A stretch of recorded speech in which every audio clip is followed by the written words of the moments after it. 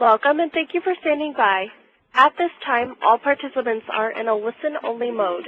We will conduct a question-and-answer session during the conference. To request to ask a question, you may press star 1 at that time.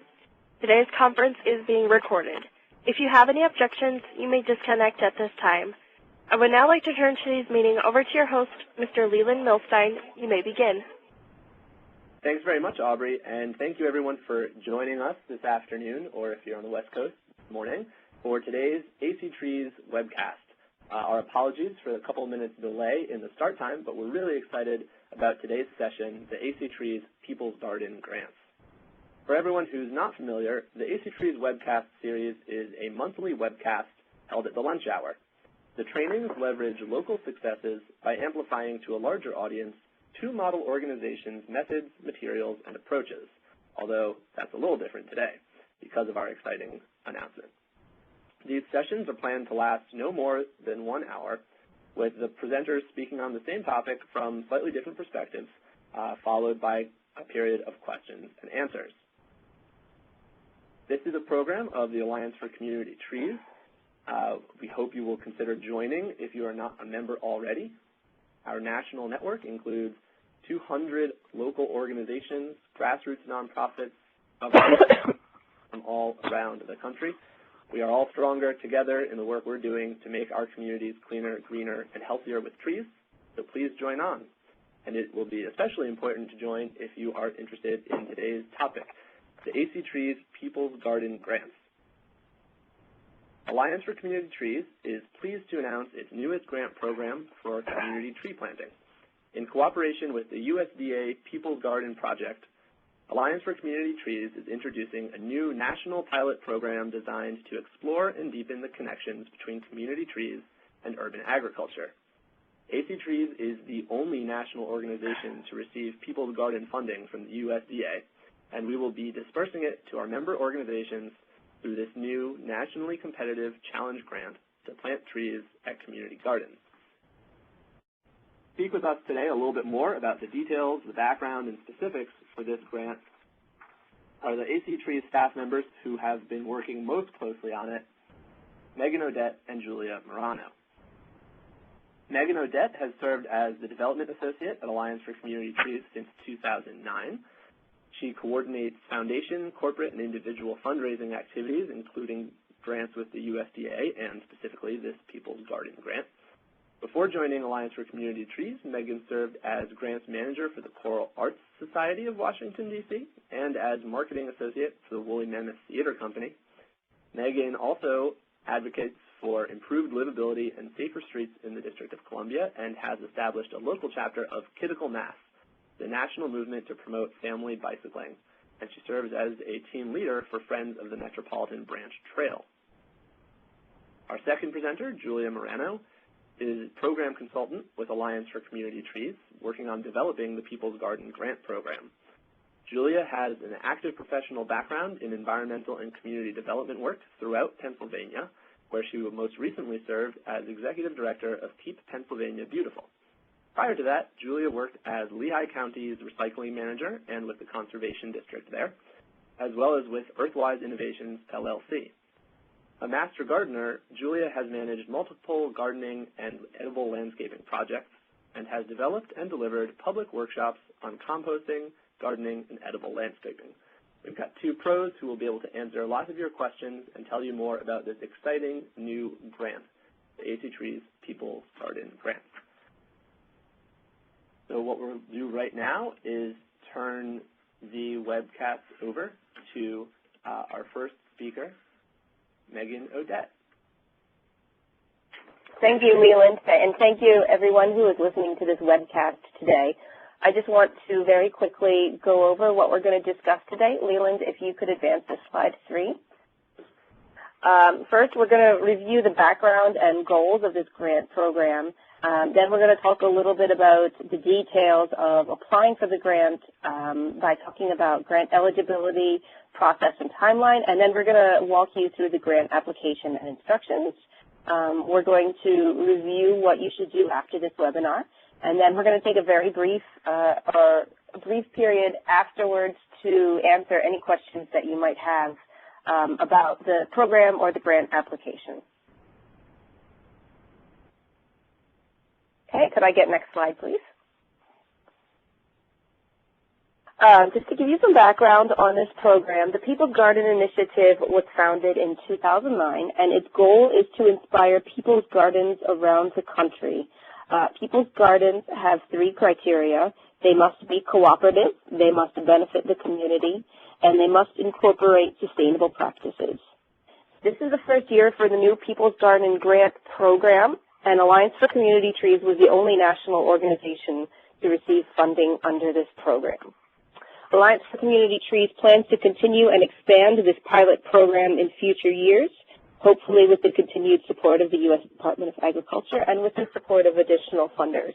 We are tentatively targeting 2014 as the year for a full debut of this program, which is currently in pilot mode. Next slide, please. The Alliance for Community Trees People's Garden Grants have 2 goals, which can be fulfilled either separately or together in each of the projects that our applicants submit.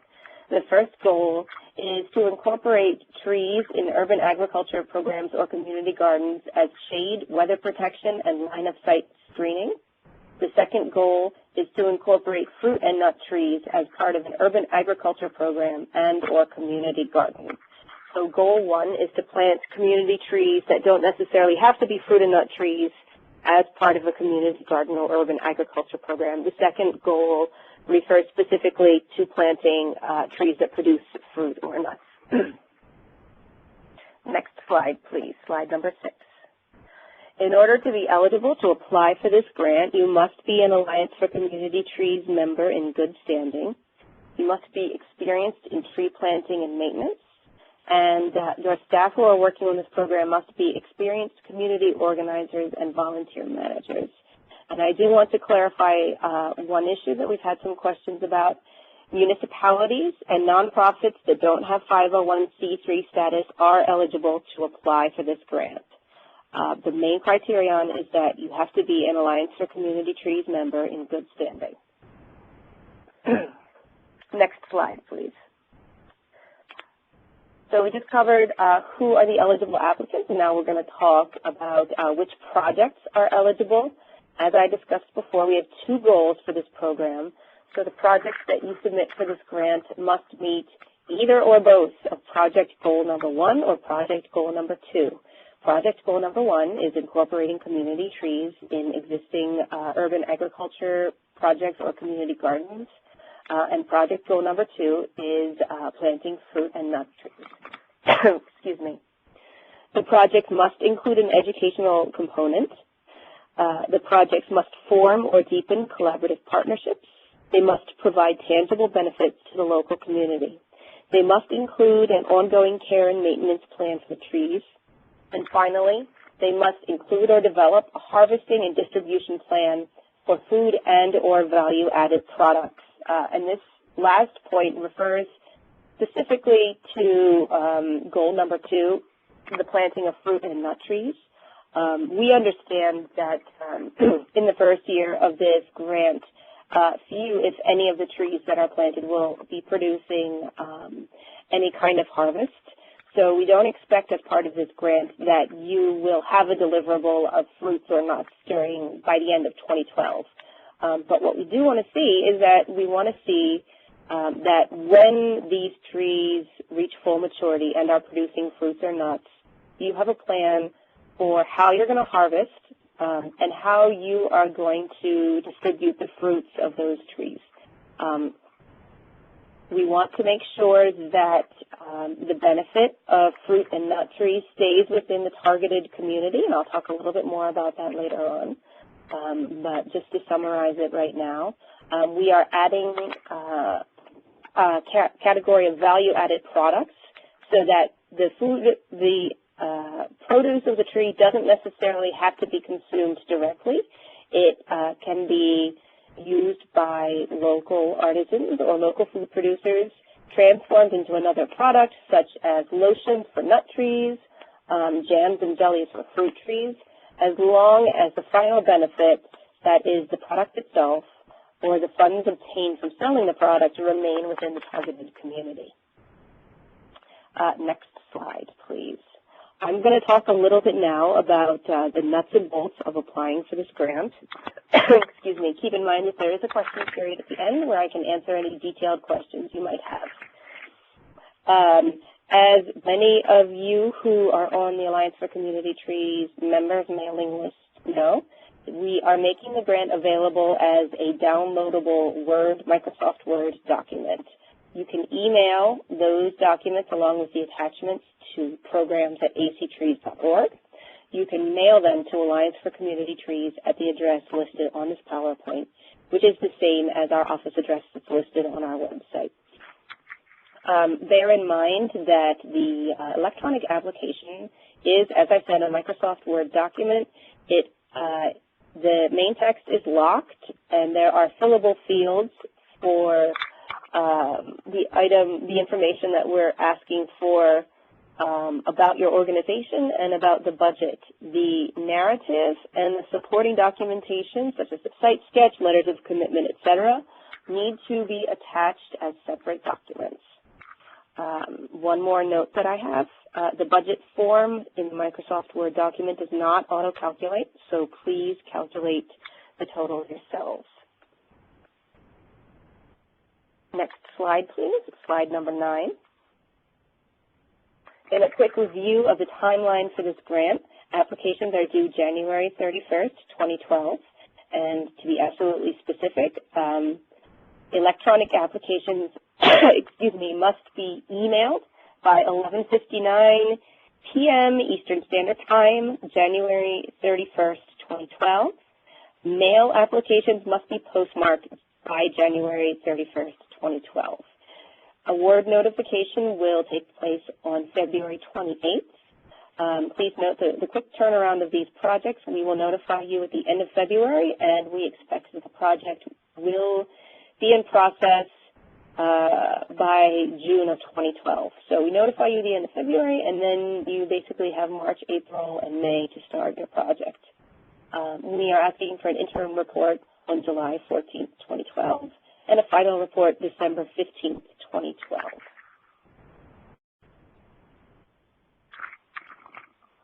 All right, slide 10, please. And the application, as I said, is a Microsoft Word document. The first part should be pretty self-explanatory. You'll just be filling out the basic information about your organization.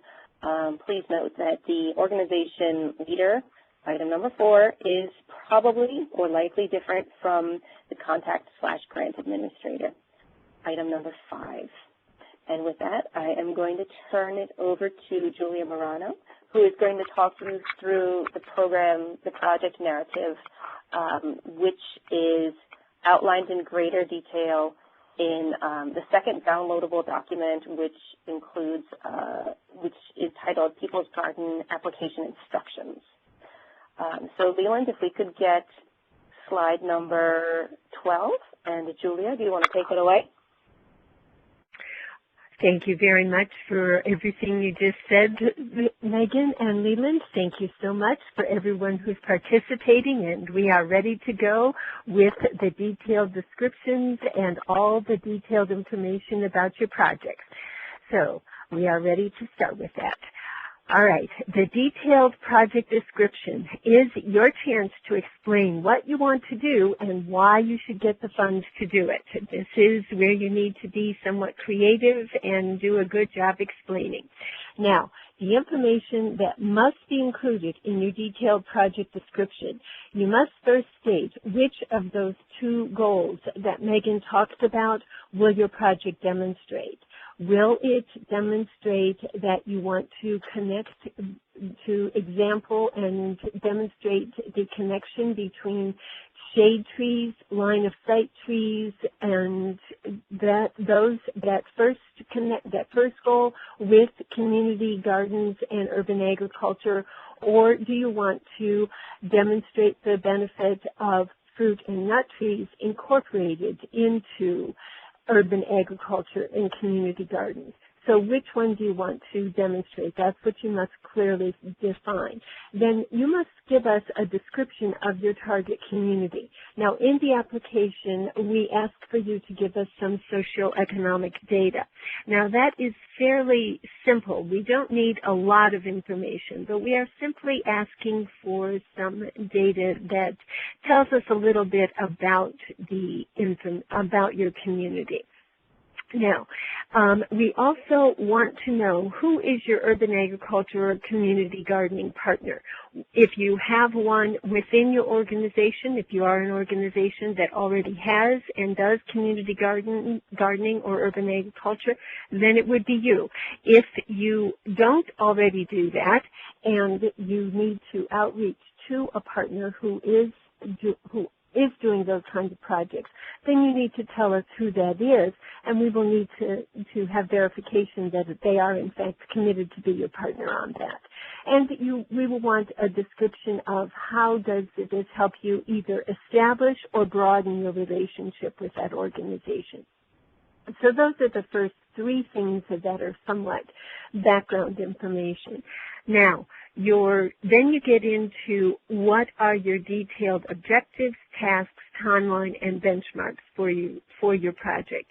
So what are you going to do, when are you going to do it, and what kind of benchmarks will you set for yourself that will let you know that you are in fact achieving your goal. Next slide, please.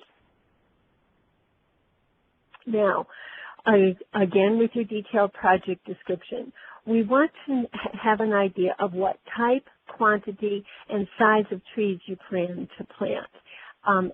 Now, be aware you cannot put seedlings in under this grant. We recognize that the larger trees are more expensive, but the amount of the grant should allow you to purchase a number of them. We really want the size of the trees, especially the fruit and nut trees, to go into production within 3 years. So you'll want to talk to your nurserymen. That goal is really dependent on the different USDA zones and the type of trees you're planting, but we will want you to use that as your goal. Now, the other thing we want to make the point, we recognize that in December and January, you can talk to your nursery or your tree supplier and say, I want 10 cherry trees and 5 apple trees, and something happens over the winter and he loses the majority of his cherry trees and he's got more apple trees, so now you have to reverse it. The Alliance for Community Trees will be flexible with that in that kind of a situation. If you're having trouble filling your nursery order, we will be flexible with that. The other thing that needs to be in your detailed project description is how you intend to care for and maintain the trees. Fruit and nut trees specifically need some care. Now, the grant application says that we would prefer an organic approach, but we recognize that that's very difficult, and there's not a lot of really good research around the country, and there's not a lot of good resources around the country. But there is a well-established what's called IPM, Integrated Pest Management Program, and we will have resources, a list of resources for you on the national level, but also most of your cooperative extension offices, most of your conservation districts have a lot of information on integrated pest management that you can get to, and that will help you with that. Next slide, please.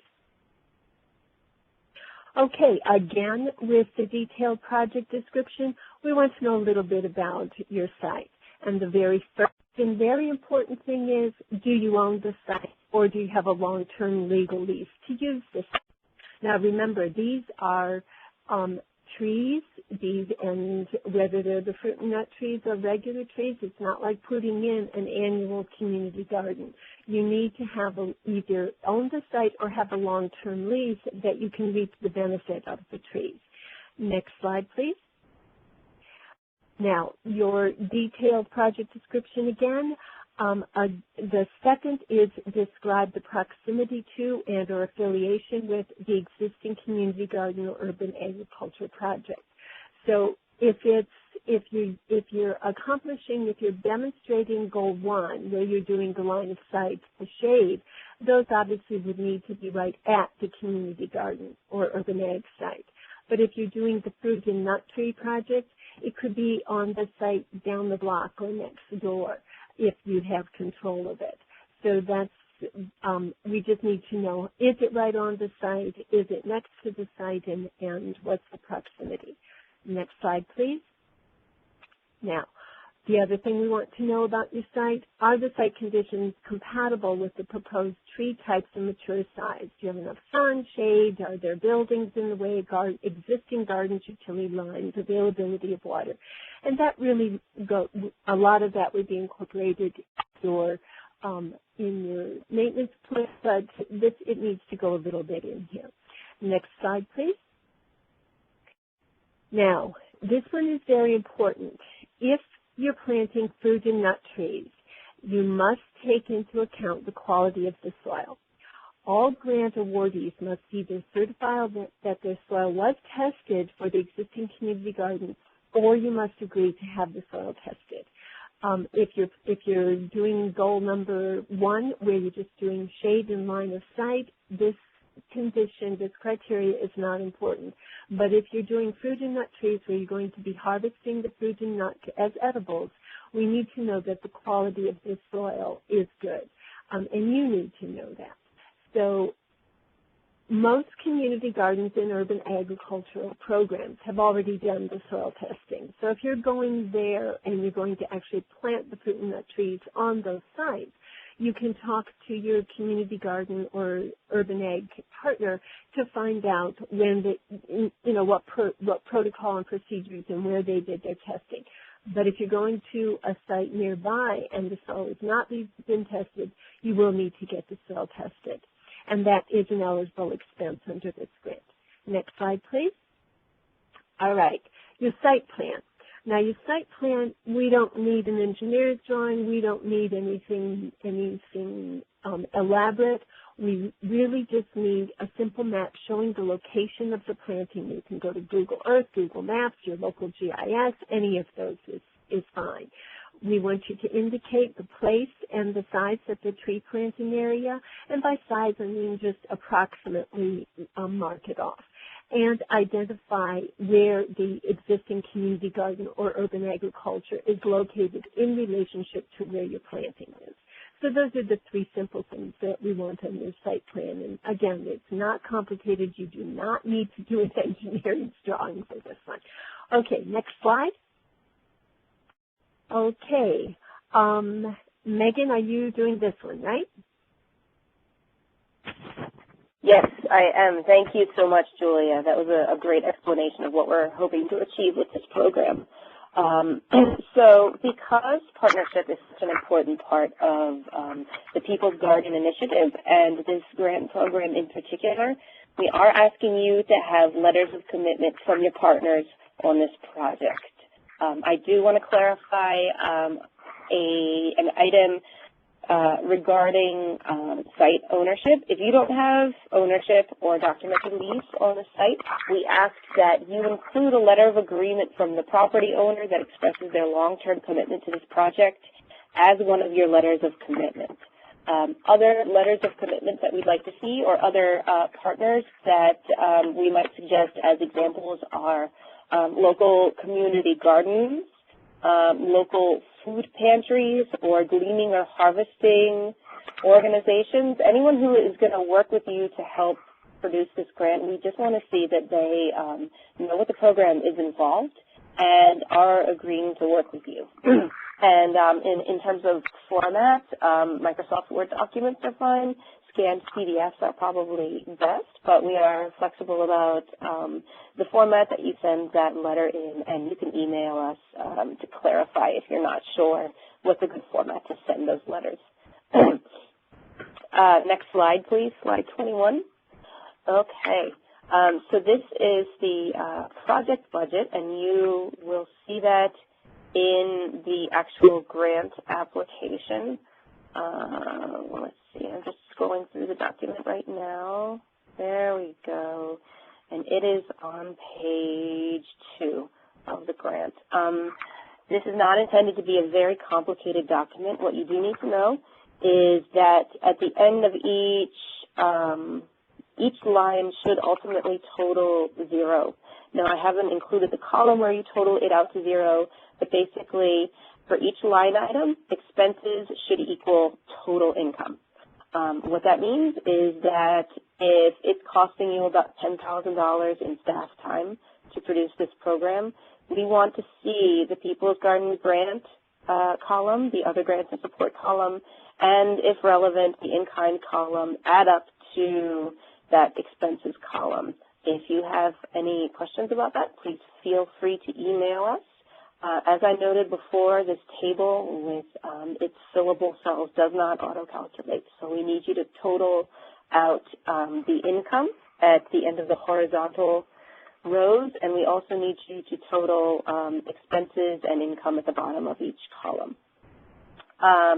One further item that we are very pleased to communicate is that personnel, program staff salaries are allowable as expenses, reimbursable expenses under this grant program. Next slide, please. The terms and conditions page, a lot of that has to do with the things that we are going to ask you about if you receive the grant. And this is our way. We didn't want to make the upfront process of applying for this grant too onerous, especially since this is the pilot year. And this year we are not able to do very large awards. I should back up for a moment, please excuse me. The total amount that we are distributing for these grants is $125,000. The grants themselves will range between $1,000 and $5,000. We are asking for a 1-to-1 match on the grant. I apologize for not making that clear before. So as I was saying, this year the grants, because they are not very large, we're not going to ask for an enormous amount of information up front. But part of the purpose of the terms and conditions is to make you aware that if you receive a grant, we are going to ask you for further information. Some of that information includes proof of liability insurance. I believe many of you and your partners will already have that as part of your day-to-day activities, and we just need to see evidence that you have that information. And we are going to ask grant recipients for more in-depth information about their care plans, their pest control, IPM practices, etc. So that's really what the terms and conditions document is intended to do, is make you aware that as a grant recipient, we'll be asking you to provide a little bit more background information. Next slide, please. So what you should do after this webinar, your first step should be to contact your partners and make sure that you obtain their support for the project that you'd like to propose. Also, make sure that you have secured a source for the 1-to-1 match for this project. Obtain letters of commitment from your partners, gather your resources, and make sure that you submit your application by January 31st, 2012. Next slide, please. Excuse me.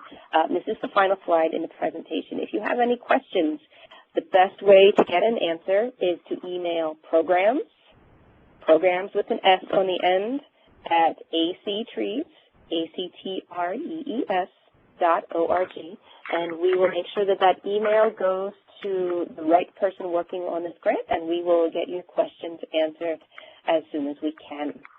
Thank you very much, and I believe, unless anybody has anything else to add, I do have one more note. I apologize.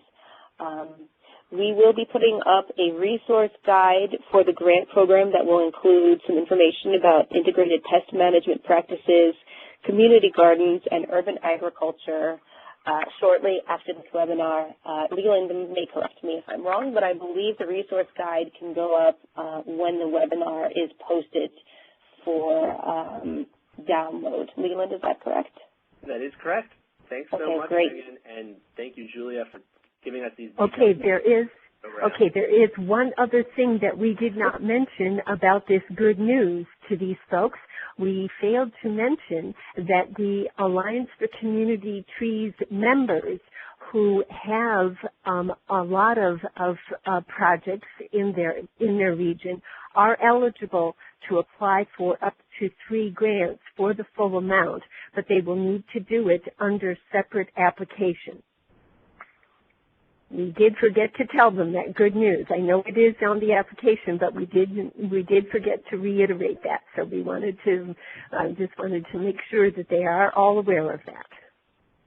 So the takeaway is send us all the great projects that you're working on or that you're envisioning for your neighborhood and your city. We're really excited about this program because we think the agricultural role of trees has often been overlooked, hasn't gotten a lot of attention in the larger urban greening movement, but there are so many remarkable successes taking place in towns and cities around the country that ACTrees member groups, nonprofit organizations, community groups are doing all over. We want to bring some much-deserved attention to that and really demonstrate nationally through this program that trees are an integral part of sustainable urban agriculture. So with that, what we're going to do now is open the line for questions and answers. We'll have a good 20-plus minutes here. They're going to be able to ask questions over the phone, and also, if you're a little phone shy, you can type in your questions using the Q&A tab at the top of your screen. We'll take those in and ask them for you. Let's get going. Aubrey, can you please remind everyone how to ask a question? Thank you. In order to ask a question, you may press *1 on your phone. You will be prompted to record your name. Please make sure your phone is not muted and record your name slowly and clearly when prompted. To withdraw your request, you may press *2. Once again, to ask a question, please press *1. One moment, please, as we wait for questions to queue. And as people are rolling up, we've already got questions that's coming in over the web, so I'll just start out asking one of those right off the bat.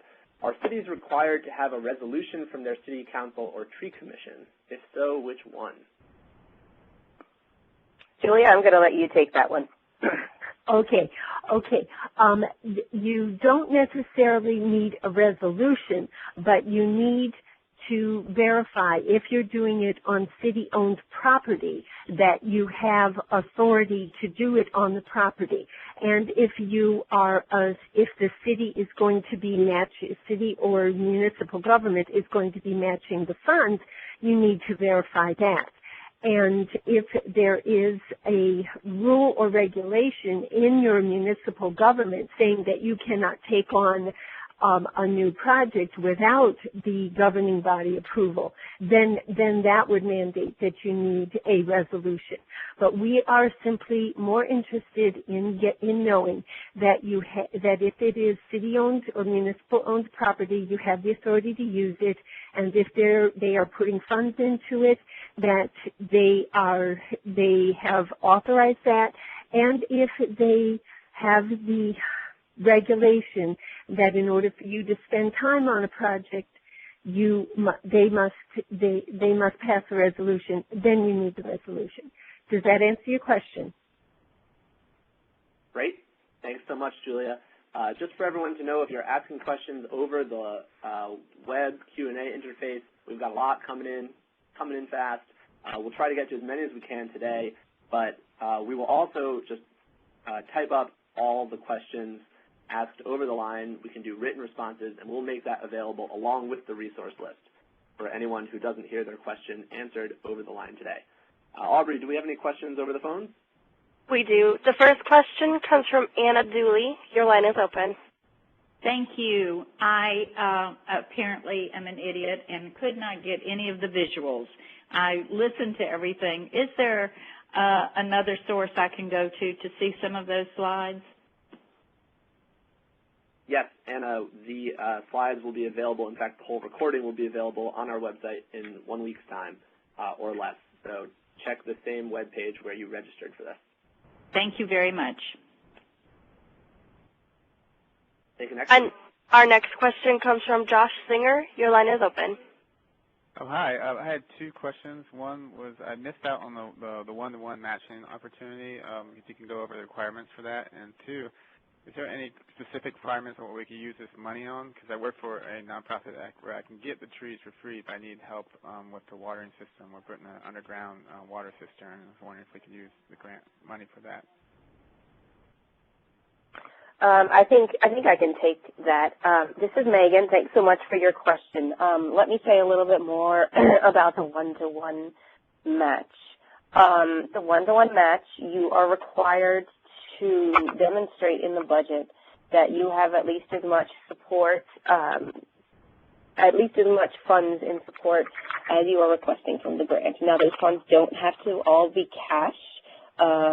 That's why we included that in-kind column. So, for example, if you're getting trees donated for a project, you can count the market value of those trees as an in-kind donation. A few other things that fortunately do count towards in-kind in order to help make up your match. Volunteer hours count. I do not have at my fingertips the resource that we usually use for calculating volunteer hours. Leland, do you want to jump in with that? Go to independent sector, and you can find out the value of volunteer hours in your state, or just use the nationwide average. Okay, but Google it. Okay, this is Julia. Yes, the question that I heard was, is site preparation eligible as an in-kind match for the one-to-one match? So preparing the site, including the underground water supply, would that be eligible as a match to be able to maintain the trees and, you know, for production or for whichever goal they're doing? So site preparation, is that eligible as a one-to-one match? Yes. Yes. Okay. Okay. Yes. So the answer to that question is yes. Great. All right, Aubrey, let's take another question. The next one comes from Peggy Midoff. Your line is open. Hi. Thank you for this. My question is about the testing of the soil. Are you looking for testing for contaminants, and if so, what specific contaminants, or are you looking for quality of soil in terms of organic matter? Okay, that is a very, very good and important question. The thing we really want and need to know is the quality of the soil. For testing for contaminants, that is really, you need to know what the site was used for. If it was a park, if it was a home site, if it was something where the likelihood of contamination was minimal, then simply do the quality of the soil. But if you're looking at using any kind of a commercial, an old commercial or industrial site, you need to test for contaminants. Thank you. Does that answer your question? Yeah, it does. Okay, great. And the next question comes from Jessica Franzini. Your line is open. Hi, thank you. Yeah, my question is about partnerships. Do we have to apply for one specific garden project, or would it be acceptable if we have an existing partnership with a group that's, for example, putting in 25 new gardens in an urban area this spring? Would it be possible to submit a proposal that, for example, says that we'll work at three of the sites that have the most resident participation or something like that? Or is Alliance for Community Trees really looking more for just, you want to know exactly where the garden will be at the time I write the proposal?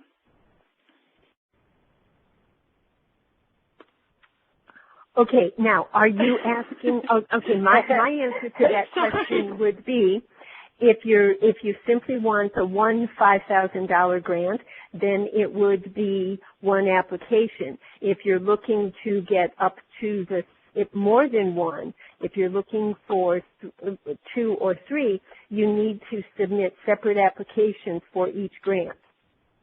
Does that answer your question? I do understand that, and I do intend to submit more than one, but can one of those applications for, let's say, $5,000 request say that I will be working at 3 different gardens with that one application, with that one bundle of the $5,000? Does that make sense?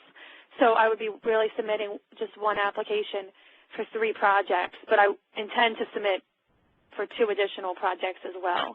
I'm just asking if I could word it that way or if that would be kind of frowned upon because it's like. Let me ask, this is Megan, let me ask a follow-up question. So what you're saying is you want to know if you can submit an application where you know that the projects will take place at 3 out of 25 sites, but you don't know which 3 at the time of the application? Yes. Okay. I think that would be problematic because we emphasize the location of the project as part of the application. So unless you want to be submitting 25 site sketches and 25 targeted community profiles, I think you're looking at a lot of extra work for yourself. So my recommendation to you would be narrow that down a little bit before you submit the grant. Okay, great. I appreciate it. Thank you. And the next question comes from John Sidnor. Your line is open. Thank you so much. I have a little bit of a unique question. We have a partner that we've been working with who is establishing apple trees in our community gardens throughout the city. And the interesting thing is the apple trees are meant for cider production. And I did not know if cider would be sort of an acceptable use for the harvest. Is it hard cider? Yes, ma'am. Is that part of the issue? Okay. Yes. Julia? I mean, here's the question that I'm actually more interested in, which is once that cider is produced and presumably sold, where do the profits from those sales go? And that's part of. You don't need to answer that right now. That's that's kind of a rhetorical question. But part of what we're interested in seeing is that we don't want to be planting trees so that someone who lives 10 miles away can, harvest this produce and then go sell it at a produce stand that's, another 5 miles away. At the end of the day, we want to see the benefits of what is produced, whether that's the cider itself or the profits from selling the cider, stay in the community where the orchard is.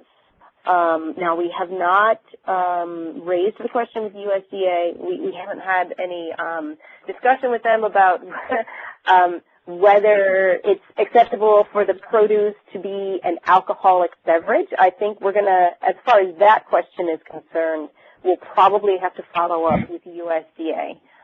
So email programs at ACTrees, and we'll try to get an answer for you, and the same goes for anybody else who is thinking of a similar project.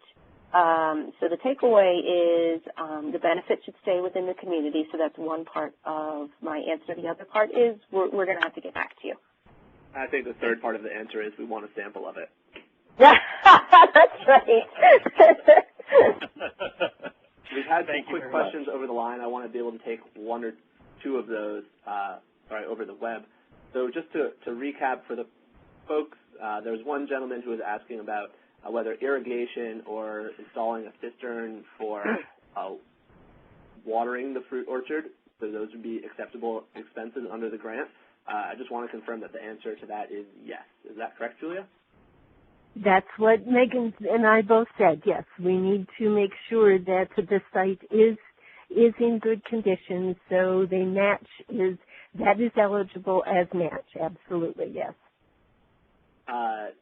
Another question coming in, actually one of the first ones we had, can a local forest conservancy be the urban agriculture partner? I don't see why not, as long as they have demonstrated experience in community tree planting and maintenance. Julia? I'm sorry, I missed the question for some reason. What was the question? It was whether a local forest conservancy can be the urban agriculture partner.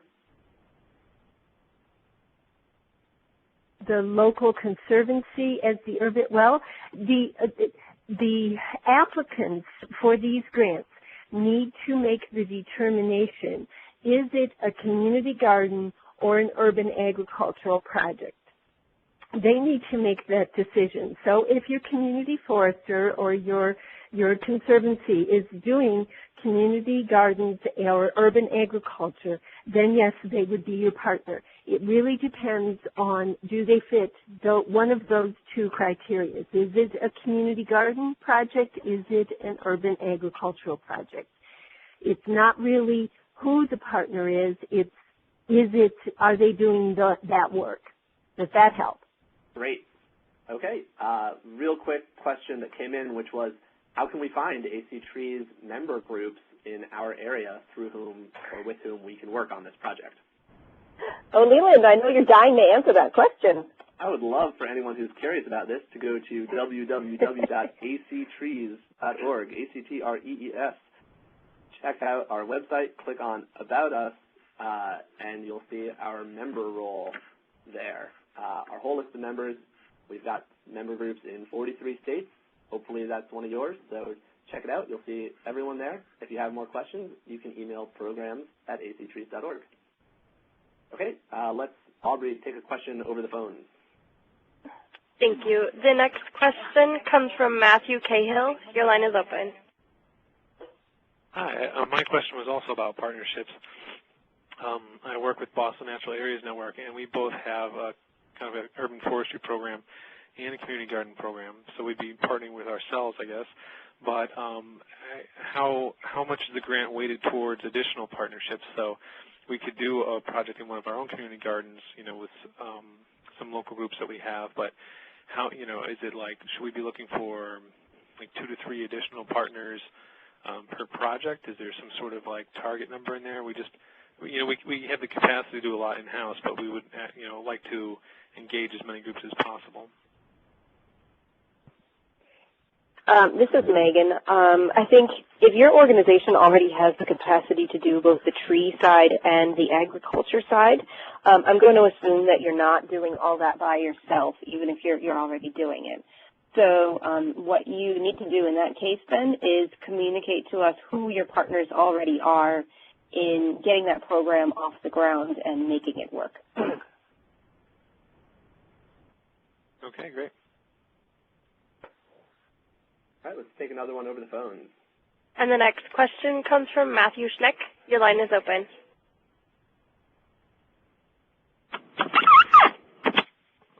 Hello. Can you hear me? We can hear you. Oh, okay. This is David Schneck from Pennsylvania Horticultural Society. My question is this grant only open to organizations that have received a People's Garden grant or are working in People's Garden projects as defined by the USDA? Absolutely not. This is Megan. What the USDA would like to see us do as part of this grant is expand the number of People's Gardens that already exist. So no, you do not have to be part of a pre-existing registered People's Garden. As a part of your participation in this grant, you will automatically join the People's Garden Grant Program because with the way that this grant has been designed, any program that fits within this grant will also meet the qualifications as a People's Garden. So you don't have to be a People's Garden at the beginning, but you will be a People's Garden at the end. I hope that answers your question. Yes, it does. Thank you. Sure. And the next question comes from Eric Oberg. Your line is open. Hello. This is actually a follow-up to what I typed in looking at the website. What if there's not an ACT member in the communities that we'd like to work in? Well, one option that you have is to join Alliance for Community Trees as a member yourself. Great. Okay. Julia or Leland, do you want to add any? That's great. I wasn't sure if that was something we could do right up front or if that just okay. That actually answers the follow-up I would have had. And to clarify the question about ACTrees membership, you have to be an ACTrees member in good standing, which means that you can't be behind on your membership dues at the time that you apply for the grant. Okay. So there's membership in. I'm sorry, what was that, Leland? So the idea is your membership for 2012 should be in. That's correct. Yes, thank you. We've got a good question over the internet. Are schoolyards eligible as planting sites? Julia? I believe so, but I'm going to let Julia take that one on. Okay, again, for some reason I missed that one. So what was the question, please? Schoolyards eligible as planting sites? Schoolyards? Schoolyards. Oh, yeah. Well, yes, schoolyards would absolutely be eligible, but there you would absolutely need verification from the school and whatever powers that be within that school that you have the authority to plant the trees, and that there you would have to deal with the school administrators and personnel on the care and maintenance of the trees. So just be aware of that. But yes, schoolyards are considered part of, there's lots of community gardens in schools. And as sort of a follow-up one, can groups apply for this grant for a project on community property, and if so, how? On community property. Now, by community property, do you mean property that is owned by the municipality, that is owned by a government entity? If so, then the answer to the question is you would need letter of authorization from the government agency that owns the piece of property, that they're giving you authority, long-term authority, to plant the trees and reap the benefit from the trees. So if it's community property, you just need a letter of authorization and commitment and legal lease to use it for a long enough time, hopefully 7-10 years, that you can benefit the trees, that you can reap the benefit from the trees. Great. Thanks so much, Julia. I think we've got time for one more question over the phones. And at this time, I show no further questions in queue. Well, that is just perfect. I think we actually covered pretty much everything, but as you have additional questions, please remember to send any of them to programs@actrees.org, and the right person from our office will get right back to you with some good answers. And I just want to jump in with one further clarification. We had a couple of questions about adding infrastructure or systems to existing sites, or asking, I'm thinking back to those two questions about watering systems and cisterns that we had at the beginning of our program. And I do want to clarify that we can support site improvements like that as long as they are part of a project that includes planting trees in the ground. You can expand an existing orchard or garden site by adding more trees to where there already were trees. But unfortunately, at this time, supporting just something like infrastructure or site improvement without adding trees to the site is not in the spirit of the grant. So I just want to make sure that that is clear. We want to make sure that we are planting trees as part of this program. Great. All right. Well, I think we've covered a lot of topics here, but again, additional queries, you can just email us at programs@actrees.org. Thanks so much to Julia and Megan for presenting today, and to everyone for attending. The presentations, the recorded session, and this resource list that we've mentioned will be available in about 1 week, and Alliance for Community Trees will email those, a link to all of those resources to everyone who completes this brief survey that you can see on the screen right now. Please take a few minutes to answer this. It helps us refine our webcasts and develop programs that you want to learn about. A big thank you to Megan and Julia. Thank you again to everyone for listening in, and to our sponsors, the USDA Forest Service, who make this webcast series possible, and of course to our sponsors on this grant, the USDA People's Garden Initiative. We're really excited to see all these applications as they begin to roll in. We're thrilled about this new program and the opportunities that it presents for our members to demonstrate what trees can mean in communities for public health, for production, and for urban agriculture. Thanks so much, everybody. Thank you.